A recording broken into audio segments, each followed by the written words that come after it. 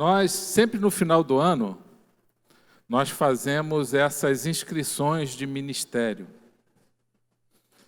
E ministério na igreja é uma oportunidade para todas as pessoas servirem, para as pessoas se encaixarem, porque essa é a visão de Deus. Por exemplo, você não pode estar chegando na igreja e estar achando assim, aqui tem muita gente, não tem lugar para mim, ou não dá, aqui eu não me encaixei, não. Se Deus trouxe você para cá, com certeza tem um lugar para você servir. Nós temos os propósitos da igreja, a gente sempre trabalha com esses propósitos, né? De evangelizar, ensinar, engrandecer, enturmar e o engrenar.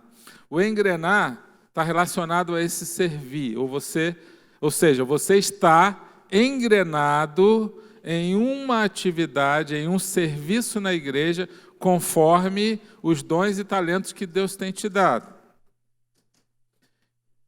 Mas eu não tenho dom, não tenho talento nenhum. Isso não é verdade. Deus sempre capacita alguém, segundo a Bíblia, com dons e talentos. O inimigo que quer que a gente creia nisso. Eu não faço nada, não sou capaz de ajudar em nada, ninguém precisa de mim. Isso é que ele quer. Mas sempre tem serviço. Tem ministérios na igreja que a gente não iniciou porque ainda não tem gente. Tem muitos ministérios, se você for ver lá na ficha de ministério que está no site, você vai ver a quantidade de ministérios que tem ali. Então, sempre no final do ano, a gente faz, novembro e dezembro, essas inscrições de ministério. No mês de janeiro, então, a gente faz todas as seleções.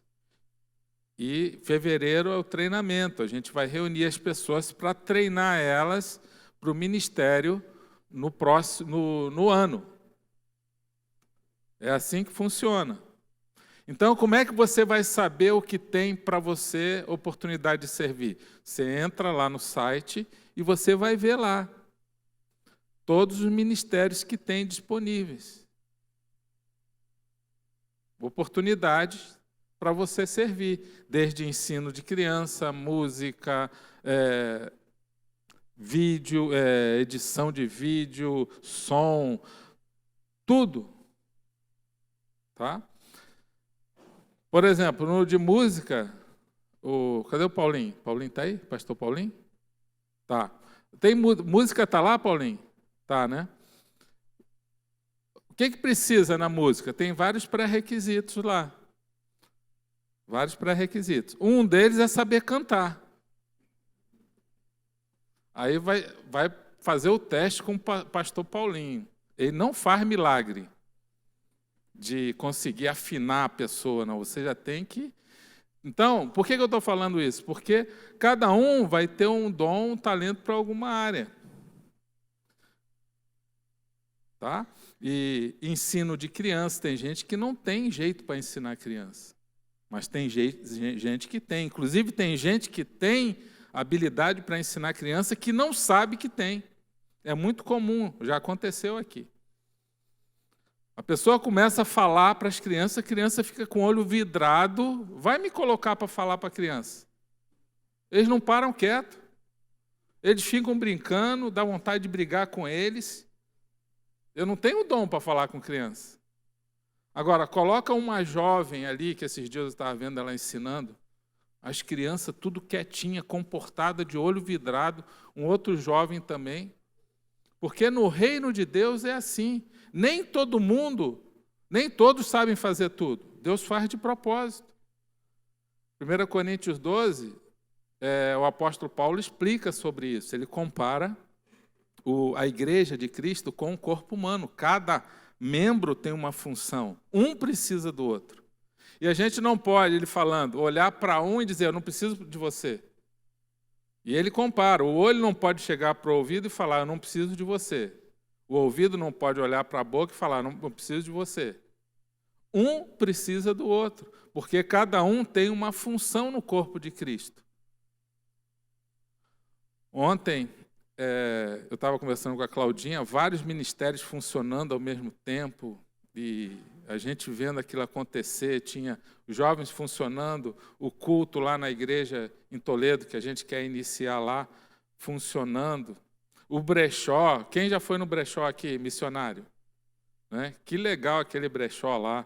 Eu fui lá conhecer na sexta-feira, me deu vontade até de comprar algumas coisas. Aí a Claudinha, a gente conversando, não, mas não pode. Como é que eu vou comprar na frente das pessoas? Nem começou, o brechó começa no sábado de manhã, né? Não dá para comprar, tem que ir lá depois. E vai funcionar hoje. Funcionou ontem, vai funcionar hoje também. Uns casacos lá, bonitos, mais de R$500 aqueles casacos lá. R$35 o casaco. Já estou fazendo uma propaganda aí, tomara que ainda esteja lá. Acho que não vai estar mais, não. Acho que já compraram. Um monte de roupa legal, boa. Quer dizer, o brechó missionário funcionando, programação de jovens funcionando, 2 casamentos, mais 2 pastores fazendo um casamento, que o IGA se juntou para fazer o casamento de um casal, lá numa chácara, e a igreja de Toledo, várias coisas acontecendo ao mesmo tempo. Sabe por que isso? Pessoas com o coração desejoso de servir. Cada um com uma habilidade diferente. Aquelas mulheres lá do brechó organizaram aquelas roupas de uma forma, com etiqueta, etiquetaram, lavaram aquelas roupas, algumas já entregaram lavadas, outras lavaram, organizaram tudo. E tudo isso em favor do reino de Deus, que é um brechó missionário que vai ser enviado esse recurso para missões. Tudo isso por quê? Porque tem pessoas com o coração e com habilidades que Deus dá. Inclusive, essa ideia do brechó não foi nem nossa, nem minha, nem da Claudinha. De repente, você tem uma ideia legal de um ministério, você pode sugerir. O reino de Deus é assim, né?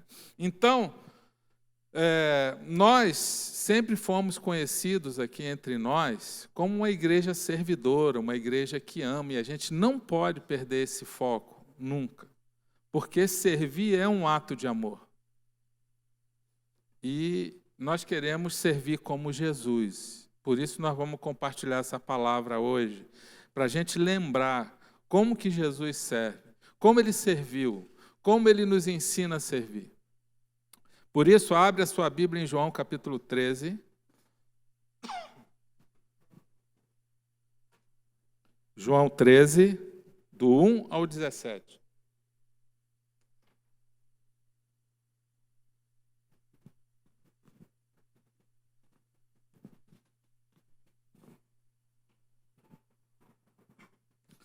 Vamos ler. Um pouco antes da festa da Páscoa, sabendo Jesus que havia chegado o tempo em que deixaria este mundo e iria para o Pai, ou seja, já estava perto da crucificação. Tendo amado os seus que estavam no mundo, amou-os até o fim. Os seus, que ele está se referindo ali, os discípulos, os seguidores de Jesus. Estava sendo servido o jantar, e o diabo já havia induzido Judas Iscariotes, filho de Simão, a trair Jesus. Jesus sabia que o Pai havia colocado todas as coisas debaixo do seu poder, e que viera de Deus e estava voltando para Deus. Ou seja, Jesus já estava próximo da crucificação e, em seguida, a ressurreição. Assim, levantou-se da mesa, tirou sua capa e colocou uma toalha em volta da cintura. Depois disso, derramou água numa bacia e começou a lavar os pés dos seus discípulos, enxugando-os com a toalha que estava em sua cintura. Chegou-se a Simão Pedro, que lhe disse: Senhor, vais lavar os meus pés? Respondeu Jesus: Você não compreende agora o que estou lhe fazendo, mais tarde, porém, entenderá. Disse Pedro: Não, nunca lavarás os meus pés. Jesus respondeu: se eu não os lavar, você não terá parte comigo. Aqui Jesus já está falando do lavar, não o lavar físico, mas o lavar espiritual. Então Jesus deixa duas mensagens aqui. Uma, você vai ver que ele deixa uma mensagem dele para os discípulos e depois uma mensagem entre eles, que é um lavar o outro.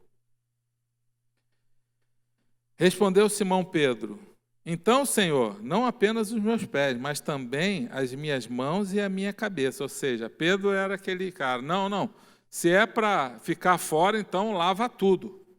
Mão, cabeça.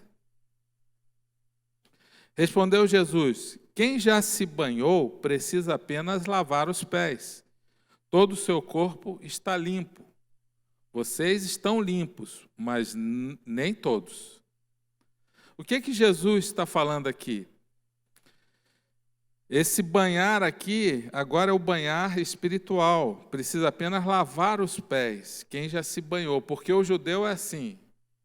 Talvez a gente ache estranho isso, mas o judeu ele tomava um banho por dia. Naquele lugar tinha uma grande escassez de água. Eles tomavam um banho por dia, normalmente pela manhã, e depois eles não tomavam outro banho, eles lavavam só os pés, porque eles usavam sandálias, não tinha aquele calçado fechado como a gente tem hoje, que protegia mais, mas eles andavam e circulavam muito, e até hoje é assim, naquela região, muita poeira, e depois eles lavavam só os pés. Jesus está falando desse banhar agora, de um banhar espiritual, ele está falando da salvação. E está falando para ele, olha, vocês, quem já se banhou, precisa apenas lavar os pés. Ou seja, vocês que já são salvos, vocês precisam lavar só os pés agora. Ou seja, corrigir algumas coisas na vida de vocês. Ainda há pecados que vocês precisam corrigir, mas vocês já se banharam, vocês já são salvos. E ele diz, vocês estão limpos, mas nem todos. Por quê? Porque Judas não estava. No 11 ele diz, pois ele sabia quem iria traí-lo, e por isso disse que nem todos estavam limpos. Quando terminou de lavar-lhes os pés, Jesus tornou a vestir sua capa e voltou ao seu lugar. Então lhes perguntou, vocês entendem o que lhes fiz? Vocês me chamam mestre e senhor, e com razão, pois eu o sou. Pois bem, se eu, sendo senhor e mestre de vocês, lavei-lhes os pés, vocês também devem lavar os pés uns dos outros. Agora ele já está falando no servir, uns aos outros. Eu lhes dei o exemplo para que vocês façam como lhes fiz. Digo-lhes verdadeiramente que nenhum escravo é maior do que o seu senhor, como também nenhum mensageiro é maior do que aquele que o enviou. Agora que vocês sabem estas coisas, felizes serão se as praticarem. Amém? Vamos ver aqui alguns princípios que Jesus nos ensina sobre como servir. Ele deixa uma mensagem de salvação, que é se banhar todo agora pelo sangue de Cristo, e depois lavar os pés. A gente precisa, você que já é salvo, você que já foi alcançado pelo Evangelho, nós que já temos Cristo, você que já aceitou, se converteu, o que precisa agora? Nós já tomamos o banho do Cordeiro, agora nós precisamos manter os pés limpos. É isso que ele está falando, no sentido espiritual para os discípulos. Nós precisamos agora um processo de lavar os pés, manter sempre os pés limpos. Em outras palavras, manter o coração limpo. Pecou, se arrependa rápido. Limpa o coração, mantenha o coração limpo. Mas Jesus deixa o exemplo de servir. Ele vai e fala, faça, agora pratique isso. Isso que eu demonstrei para você, de lavar os pés, de servir. E esse ato era um ato normalmente que era praticado por pessoas pelos servos das casas, dos seus senhores, pelos escravos. Não era um negócio muito agradável lavar o pé dos outros, naquela cultura. Só pessoas assim com um baixo prestígio social aos olhos humanos. Só que para Deus não é assim. Deus, ele encara qualquer ato de serviço, qualquer ministério, qualquer ação, como tudo igual, não tem diferença.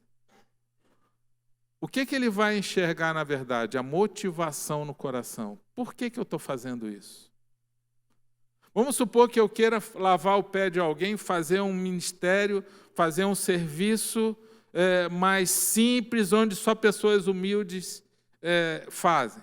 Mas a minha motivação no coração é a seguinte: não, eu vou fazer aquilo ali para que todo mundo veja, olha como o pastor é humilde, olha como o pastor é espiritual.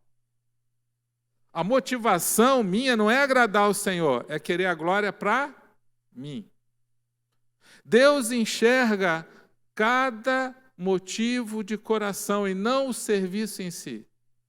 Compartilhei no primeiro culto que 2 vezes aconteceu isso. Primeiro foi uma vez lá na antiga igreja, na General Osório, depois aqui. Faltavam uns 15 minutos para o culto, eu cheguei, fui ao banheiro dos homens ali, e Deus me deu a oportunidade de ver aquela cena. Quando eu abri a porta do boxe, do vaso sanitário, alguém chegou ali meio desesperado, com uma dor de barriga, uma diarreia, e lavou. Fez uma obra ali, né? Fora, dentro e na tampa do vaso sanitário. E eu falei, caramba, vai começar o culto agora, as pessoas estão chegando e eu preciso arrumar alguém para limpar isso aqui. Aí eu ouvi uma voz assim, é você mesmo. Aí eu pensei, não, essa voz não é do Senhor. Isso é o inimigo que está falando. Só para me atrapalhar, para me desconcentrar na hora do culto. Aí eu falei, Senhor, será que é o Senhor mesmo? Sou eu mesmo, é você que vai encarar isso aí. Aí eu falei, Senhor, que teste, hein? Mas vamos lá. Fui lá, peguei na cozinha um pano de chão, molhei um balde, fui lá, encarei. Quando eu acabei de terminar, chegou um irmão, pastor, quer ajuda aí? Aí eu olhei para ele, agora que tu chega?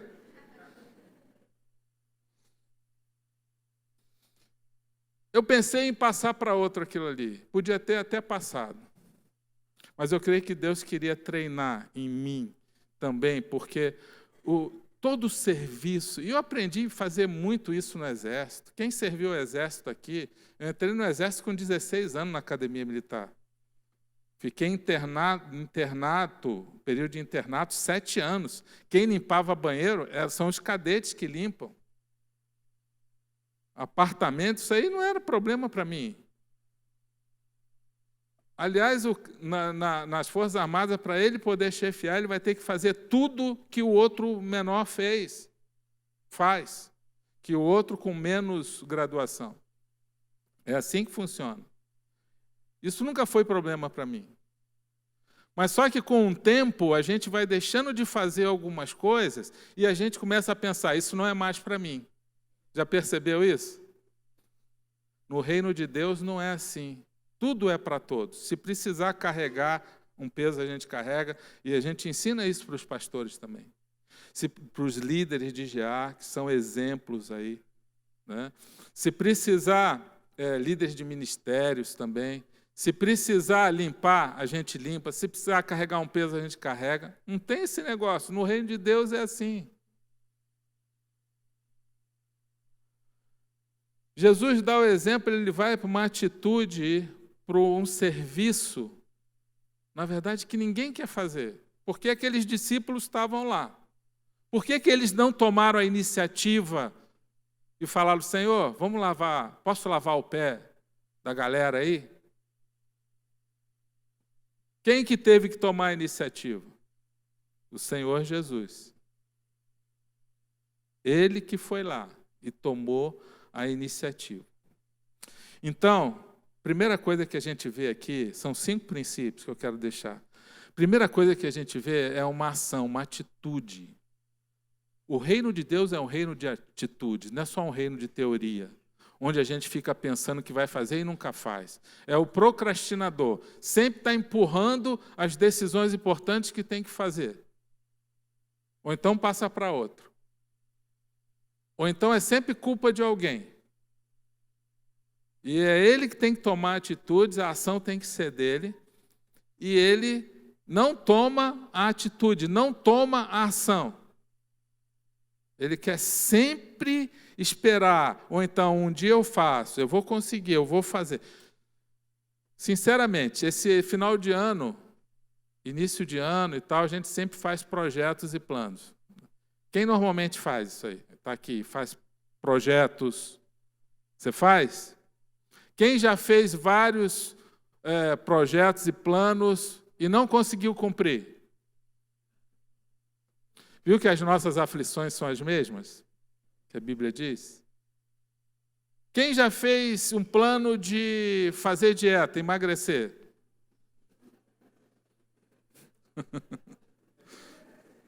Esse ano eu vou emagrecer, eu vou fazer academia todo dia, né? Quem já fez plano de meditar mais na palavra e orar? Aí depois... Sabe por que muitas vezes a gente não consegue cumprir o propósito? Que é digno, é vontade de Deus, muitas vezes, é por culpa nossa. É falta de disciplina, falta de organização, falta de estabelecer prioridades, falta de oração. Meu irmão, você tem que orar pelo teu projeto todo dia, porque o diabo não vai querer isso. Você tem que pôr o joelho no chão lá e clamar a Deus, Senhor, eu vou perseverar, Senhor. Aí você ainda acerta um parceiro para você prestar conta, porque não tem coisa melhor. E a tua esposa pode te ajudar nisso, ela vai ficar no teu pé, né? E aí, como é que tá? Às vezes pode até gerar briga, mas de repente é até melhor um amigo, um outro irmão que vai te ajudar, para não gerar estresse. Que ela vai te lembrar toda hora, quando você pisar na bola. Ela vai estar ali, opa, o que aconteceu? Porque você não está, né? E às vezes pode gerar estresse. Agora, por culpa nossa, a gente não soube estabelecer prioridade, a gente não ora, a gente não leva a sério, a gente simplesmente faz um propósito e acha que a coisa vai acontecer por si só. Não vai, o inimigo vai operar grandemente para você não cumprir o que você se propôs com Deus. Porque ele sabe, se você conseguir levar ali à frente o teu projeto, o plano que você tem, e Deus está naquele negócio, você já sabe que a vontade de Deus vai ser bênção na sua vida. E Ele não quer que você cresça espiritualmente, Ele não quer que você prospere. Então Ele vai trabalhar na tua falta de atitude, justamente para não gerar bênção na sua vida. Aquela história de Davi, em 1 Samuel 17, com Golias, um menino de 17 anos encara um gigante que todo mundo tinha medo, um guerreiro fortão, quase 3 metros de altura. 2 metros e lá vai fumaça, a altura do gigante, segundo a Bíblia. Todo mundo com medo. Vai lá o jovenzinho Davi, né? E ele é levado até Saul, porque, na verdade, ele foi voluntário, mas antes ele avaliou se valia a pena ou não. Você vai correr risco, você tem que avaliar. Vale a pena correr risco? Vale, é por uma causa nobre, né? É por uma causa nobre. Ele avaliou, perguntou o que vai ganhar quem vencer. Aí falaram para ele, vai ganhar riquezas, isenção de impostos e vai casar com a filha do rei. Aí ele se interessou. Vale a pena. 17 anos. É levado à presença de Saul. Saul coloca uma armadura nele. Ficou todo desengonçado, não conseguiu nem andar direito. E ele ficou pensando, mas eu matei um urso e um leão sem a armadura, não vou matar um gigante desse? Como Davi, com 17 anos, sabia o que ele queria? Porque, imagina só, a gente com 17 anos, um rei, o rei de Israel, manda colocar uma armadura, ele fala, não vai dar essa armadura. Talvez muito falando, caramba, o rei mandou colocar essa armadura, eu vou ter que colocar. Mesmo eu sabendo que eu vou perder aqui, está difícil, eu não estou conseguindo nem andar com essa armadura. Ele tinha atitude, e ele fala para o rei, não dá, eu vou com o que eu tenho. Essa armadura não dá certo para mim. Ele tira a armadura e vai para a linha de batalha com o seu estilingue, sua tiradeira e algumas pedrinhas. E ali ele usa o que tem. Eu acho interessante que Davi olhou para aquele gigante, talvez muitos olhassem aquele gigante enorme e ter visto como um grande problema e ter medo. Davi olhou para aquele gigante e viu ele muito grande e pensou assim, vai ser fácil de acertar ele. Visões diferentes. Isso levou ele a essa fé quando Davi declarou para ele, você vem contra mim com espadas e lanças e escudo, mas eu vou contra você em nome do Senhor dos Exércitos, aquele a quem você afrontou.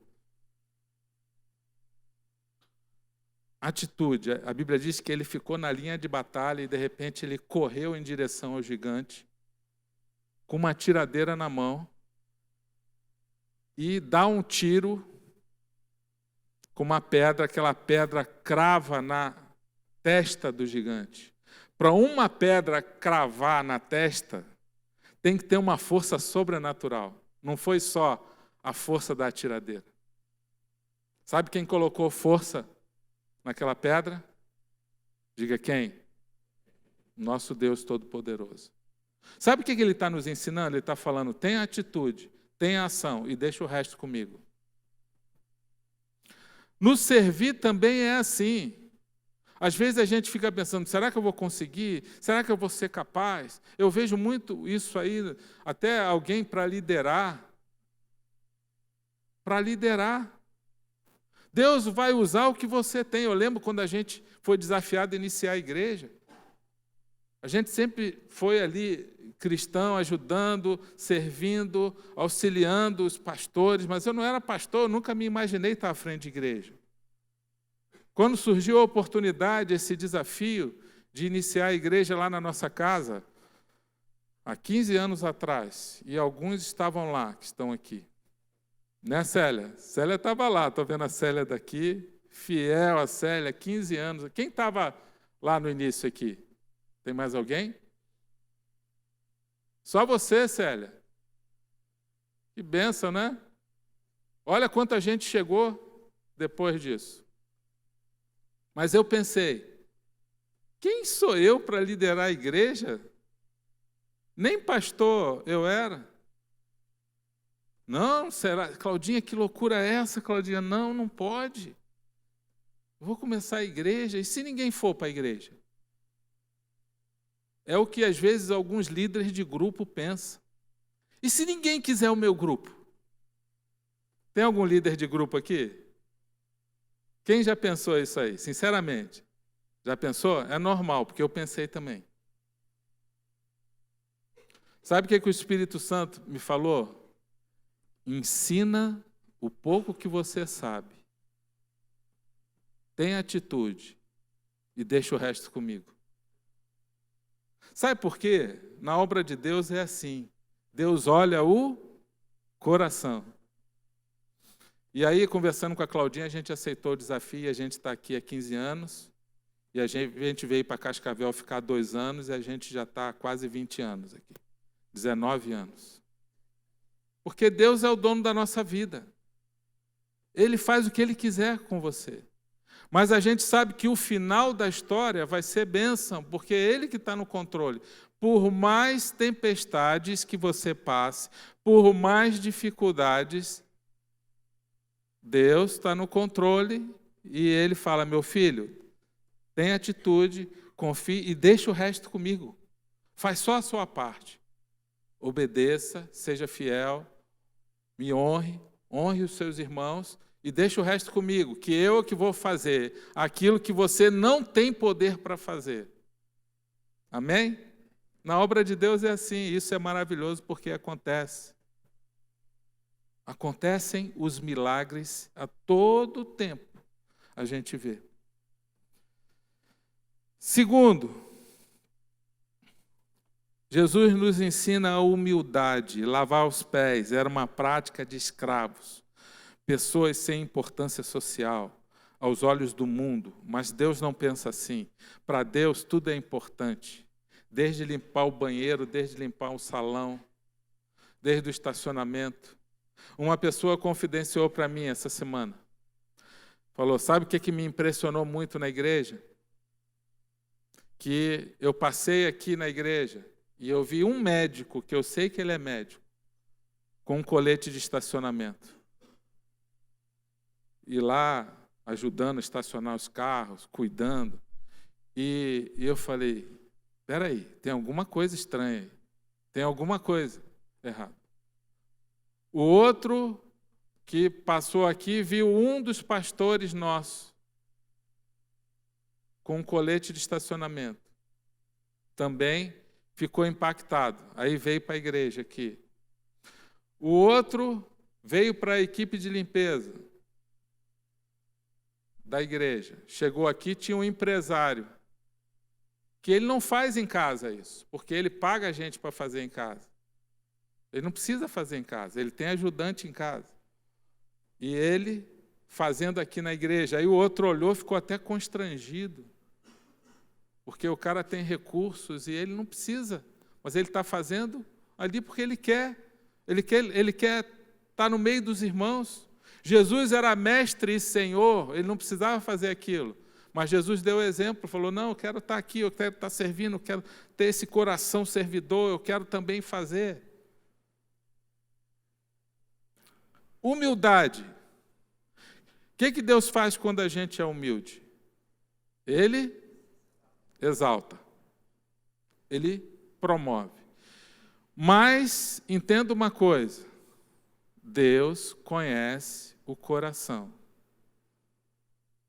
Não adianta eu querer ir lá fazer um serviço para os outros olharem para mim, para me acharem humilde. Por quê? Porque, na verdade, isso não está vindo do coração, isso está sendo fruto de um coração, muitas vezes orgulhoso, que está querendo reconhecimento, e ele está querendo que as pessoas vejam como ele é humilde e é espiritual. Ele não está focado naquilo que Deus está ensinando. E aí, nessa hora, se a gente identificar isso, a gente precisa pedir perdão ao Senhor. Falar, Deus, tira esse pensamento. Me coloca, Senhor, o pensamento que vem do Teu Espírito, o pensamento de Jesus, de servo. Não para que os outros vejam, não para que eu me sinta mais espiritual, não para que eu sinta reconhecido. A tua motivação para servir não pode ser porque o outro está servindo e se você não servir, você vai ficar constrangido. A nossa motivação para servir é o Senhor e no decorrer dessa mensagem você vai ver.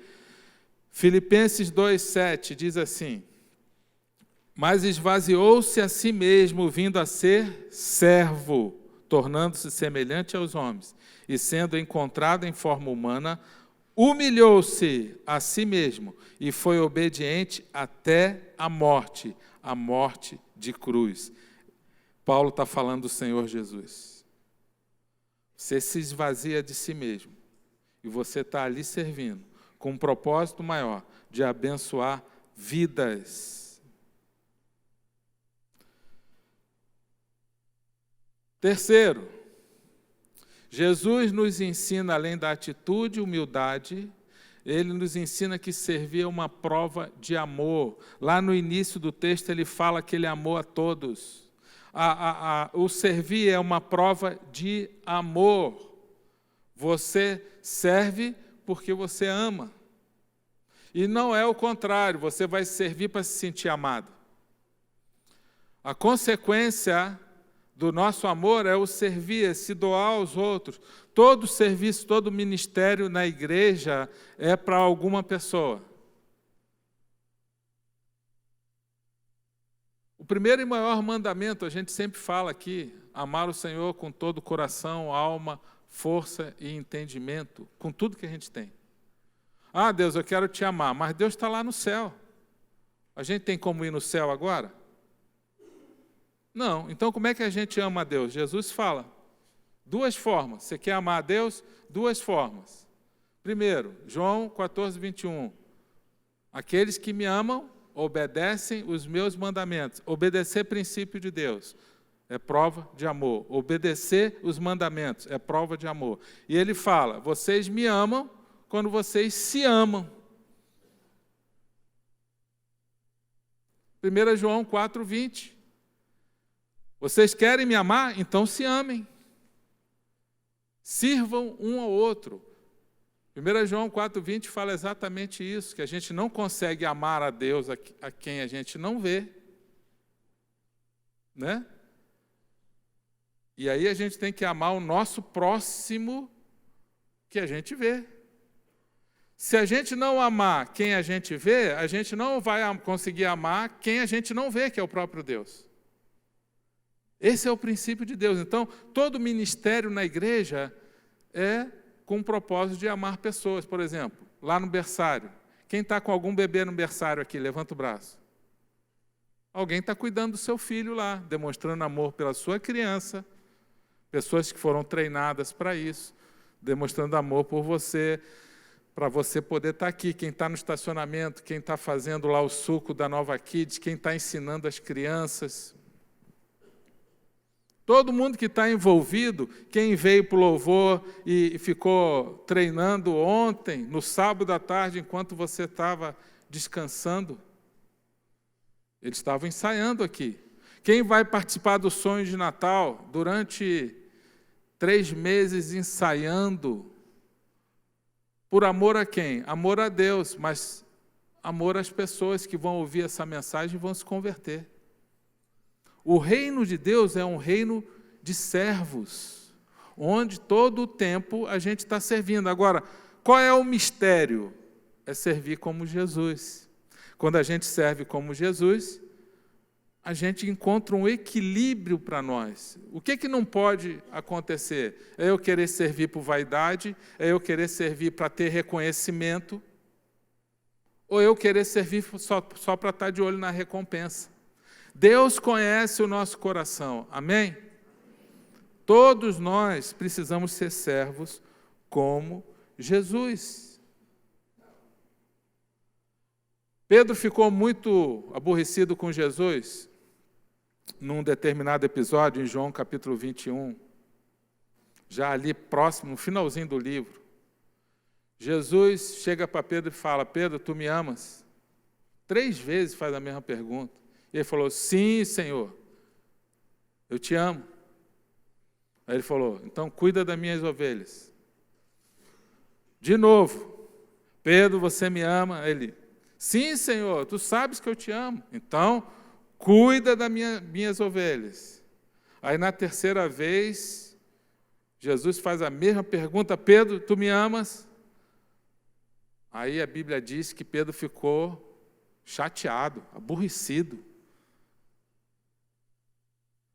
E ele fala, sim, Senhor, tu sabes que eu te amo. E Jesus fala de novo, cuida, apacenta as minhas ovelhas. Sabe o que Jesus estava querendo deixar bem claro? Porque quando Jesus repete as coisas é porque é importante. Quando ele fala assim, em verdade vos digo, pode parar que vem ou uma pedrada ali, ou ele está querendo ensinar uma coisa muito importante. E quando ele repete também. O que ele estava querendo ensinar ali? Olha, você me ama? Então tá, então vou te mostrar o que é amar a Deus. Amar a Deus é cuidar de pessoas. Amém? Isso é amar a Deus. A igreja de Cristo tem que ser o lugar onde mais as pessoas têm que se sentir cuidadas, amadas e servidas. E para servir tem que ter gente servindo. E cada um no seu dom e no seu talento que Deus colocou para servir, para abençoar. Eu fiquei olhando aquelas mulheres pintando esse cenário. Isso aqui foram pessoas da igreja. A Miriam, mais algumas jovens, algumas irmãs que estavam ali ajudando. Pintando com uma dedicação. Eu falo, meu Deus do céu, como é que consegue desenhar tão bem? Os meus desenhos, se você olhar um desenho meu, parece que é de uma criança de 8 anos, 7. Você fica horrorizado. Quem fez isso aqui? Não foi o pastor, não. Isso foi alguém da Nova Kids. São dons que Deus coloca na igreja de Cristo. Para a gente ser abençoado. Você começa a assistir uma peça, você não para, você fica grudado, você quer sair, você quer ir até o banheiro, você não consegue. Uma pessoa, tem uma equipe, né, de criação, escreveu de uma forma que você fica preso, você fica ali, você não consegue sair. Sabe o que é isso? Dom. E inseriu na história o Evangelho de uma forma coerente e clara. Precisa ter dom para fazer isso. O corpo de Cristo é cheio de pessoas com dons que Deus vai dando, Deus vai aperfeiçoando. Agora, só aperfeiçoa se você quiser ser usado em favor do reino. Se não quiser, Deus não te obriga. Deus não vai te botar uma arma na cabeça, venha me servir, senão vou te matar. Deus não vai fazer isso. O amor dele não permite, ele te dá liberdade, porque o verdadeiro amor ele é baseado na liberdade. Mas quando você começa a servir, você vê tantos milagres acontecendo, tantas coisas acontecendo. Quarto exemplo, são 5, a gente já vai terminar. O exemplo, Jesus fala que ele dá o exemplo. No versículo 15, eu lhes dei o exemplo, vão e façam a mesma coisa. Nós precisamos dar o exemplo. Quando eu fui limpar aquela sujeira no banheiro, veio o pensamento, por que você não dá o exemplo? Por que outra pessoa vai ter que fazer isso? Dê o exemplo você também. Por isso que vários mutirões a gente já fez na igreja, o Espírito Santo falava ao meu coração, você tem que estar lá na frente com eles. O exemplo sempre vai mover pessoas através da sua vida. Talvez você não precise falar nada. Esse homem que estava lá fora, esse médico com o colete do estacionamento, ele nem sabe disso. Como ele influenciou pessoas, só porque ele estava lá com colete de estacionamento.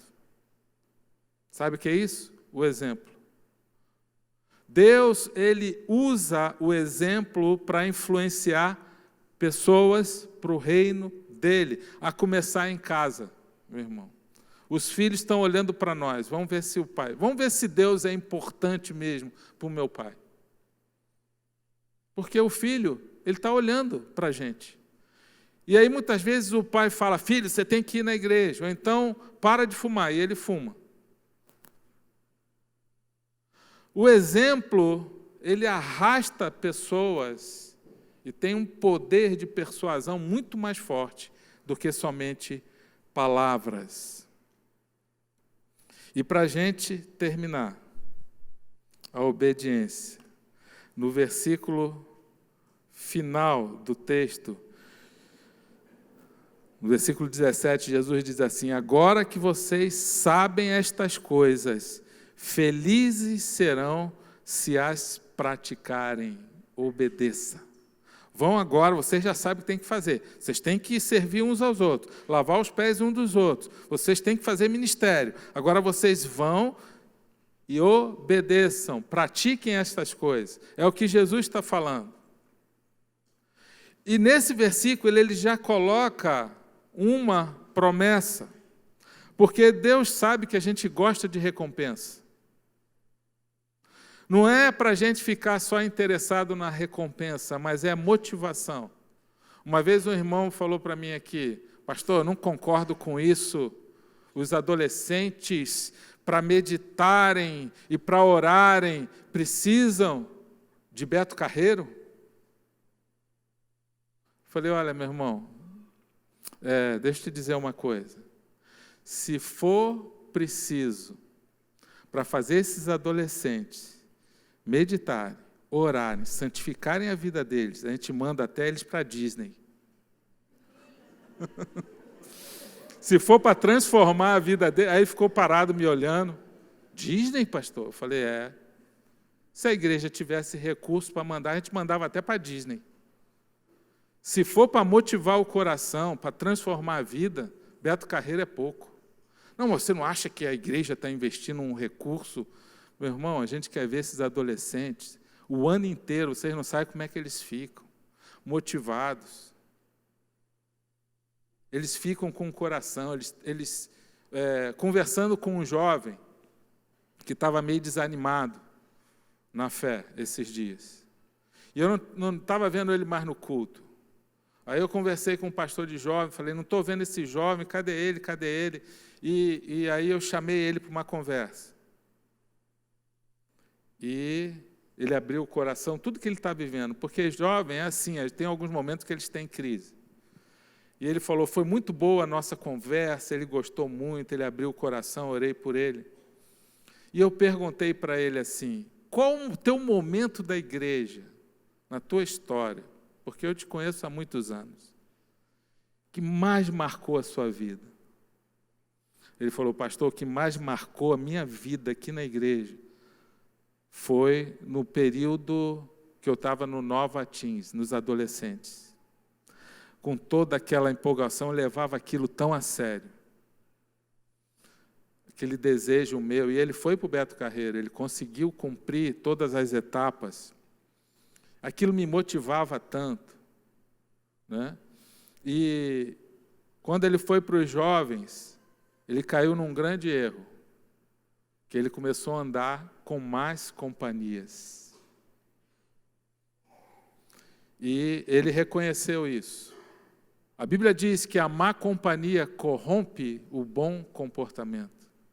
É o poder da influência. Da mesma forma que aquele que anda com os sábios, diz Provérbios, será mais sábio, aquele que anda com o tolo também será tolo. É o poder da influência. E ele, de tanto ser influenciado, ele começou a se afastar de Deus, a endurecer o coração dele. Mas ele falou para mim, pastor, eu sei que eu sou de Jesus e eu vou voltar.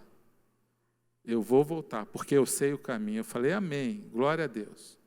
Mas aquilo que aquele jovem me falou em relação aos teens, se for preciso a gente investir para que essas pessoas cada vez mais se fortaleçam no Senhor e cresçam e não se afastem do caminho da bênção, a gente vai investir.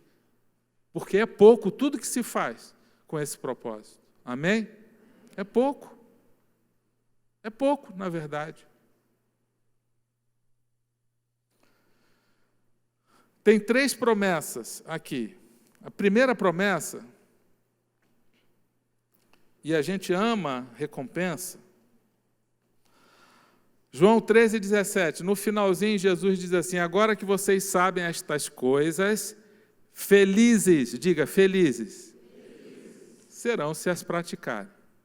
Quem quer ser feliz aí? Levanta o braço. Diga, eu. Tem gente que não levantou o braço, eu vou dar mais uma chance para você. Talvez você esteja cochilando. Quem quer ser feliz aí? Amém. Isso. Agora acordou. O segredo da felicidade, até o mundo já descobriu isso. segredo da felicidade é se doar.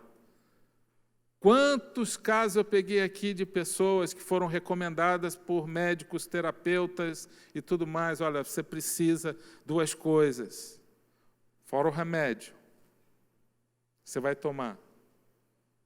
Você precisa fazer uma atividade física. E pessoas com problemas emocionais sérios, distúrbios emocionais, e você precisa fazer um ato voluntário, por conta sua. Abençoar a vida de alguém. Até o mundo já descobriu isso. Jesus já falou isso há 2000 anos atrás. Feliz você vai ser se você praticar o quê? Aquilo que ele fez. Lavar os pés, servir, se doar para pessoas, fazer ministério no reino de Deus. É assim que funciona. Ele promete isso. Se Deus falou, você pode ter certeza que vai acontecer, desde que você esteja com a motivação certa no seu coração. Segundo, são três recompensas. Jesus diz também, quem me serve precisa seguir-me, ou seja, seguir no sentido de obedecer. Você quer servir ao Senhor? Então você tem que servir conforme princípios de Deus, como Ele ensina. E onde estou, o meu servo também estará. Aquele que me serve, meu Pai o honrará. Deus honrando você. O que Deus faz? Como é que Deus honra uma pessoa? Deus honra uma pessoa de diversas formas. Promovendo essa pessoa, dando oportunidades para ela crescer, dando novos desafios, dando uma família para essa pessoa, porque o ser humano ele foi criado para viver em social, em comunidade, em família, começar na família.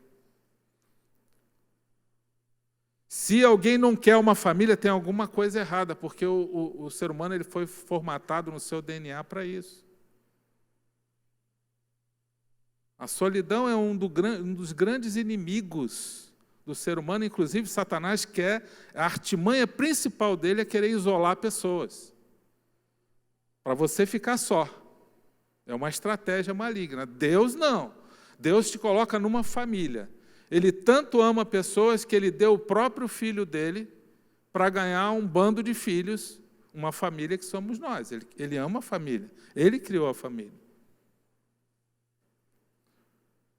Deus vai te honrar, é promessa dele. Você serve, você começa a desenvolver isso, um coração servidor, focado naquilo, em princípios que Jesus ensina, e você vai ver Deus respondendo várias orações. Tinha um irmão aqui, cadê? Só a Elisângela que está aí? Elisângela está, né?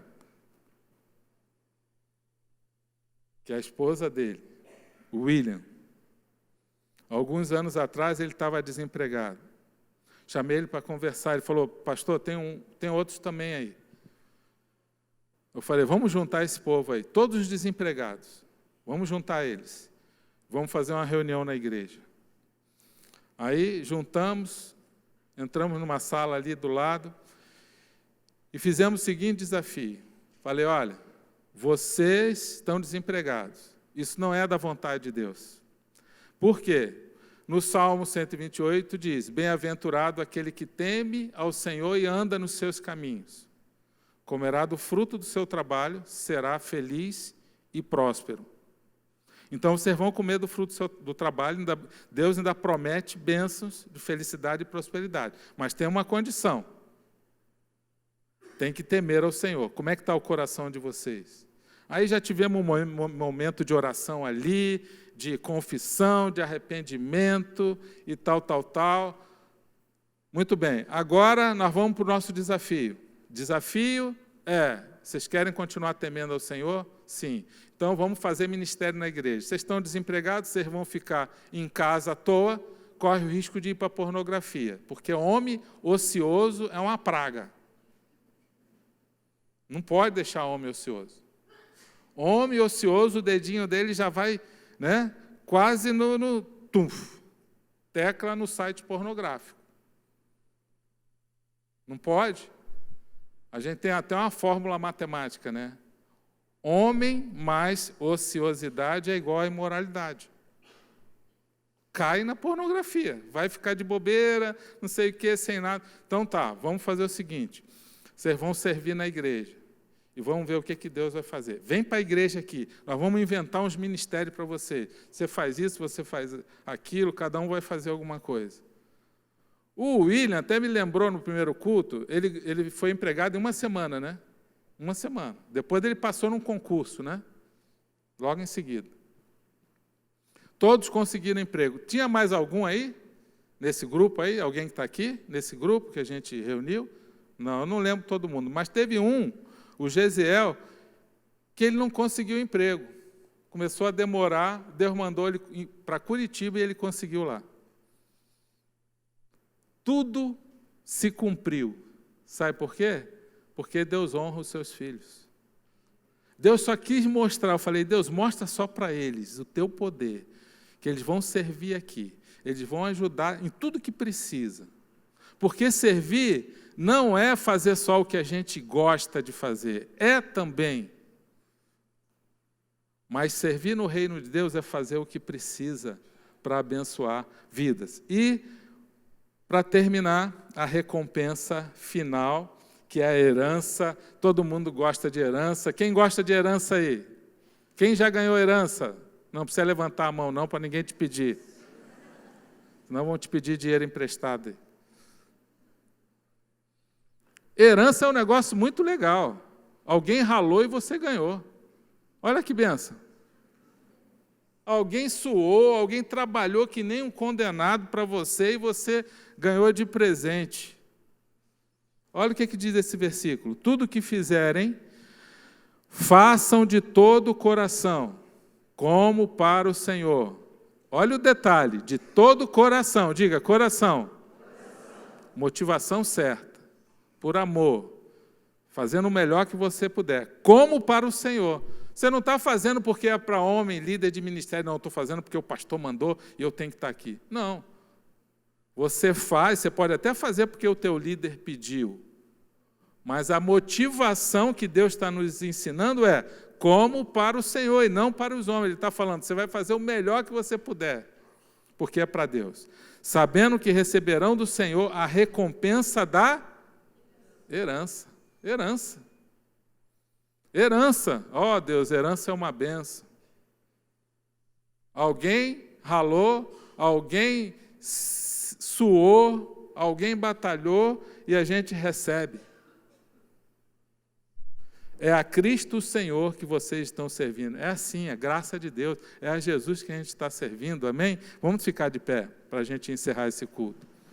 Servir a Jesus é assim. É um reino de servos, mas com a motivação correta no coração.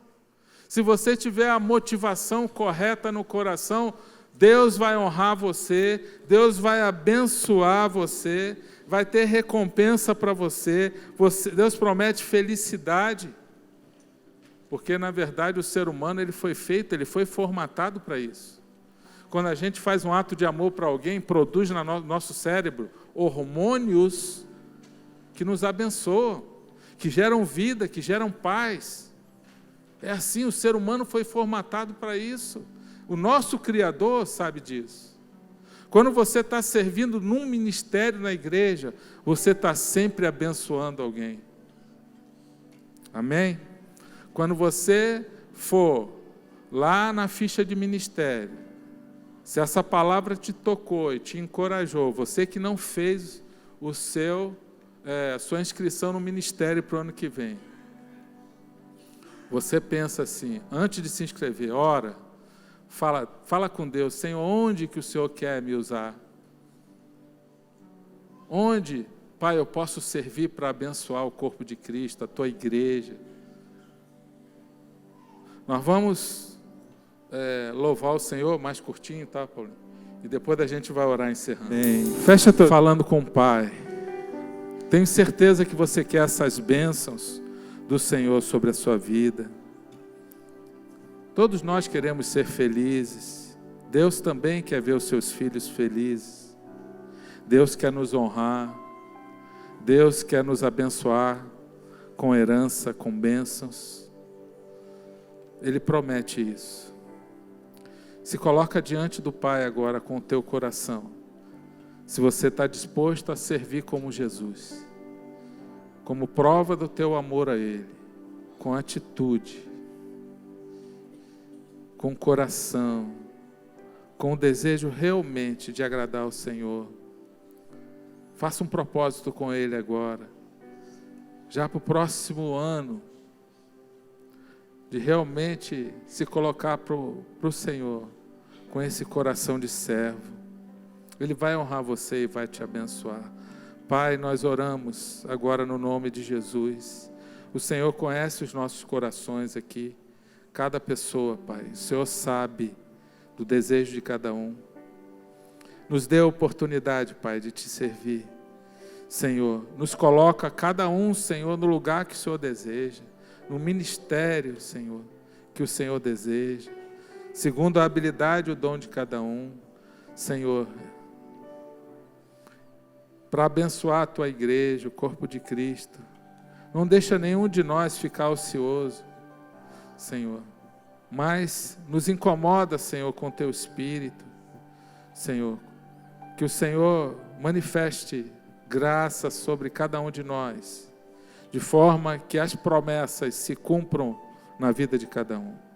Obrigado, Senhor, em nome de Jesus. Dá uma semana abençoada para cada um dos Teus filhos. Abençoa os sonhos de Natal, em nome de Jesus. Amém.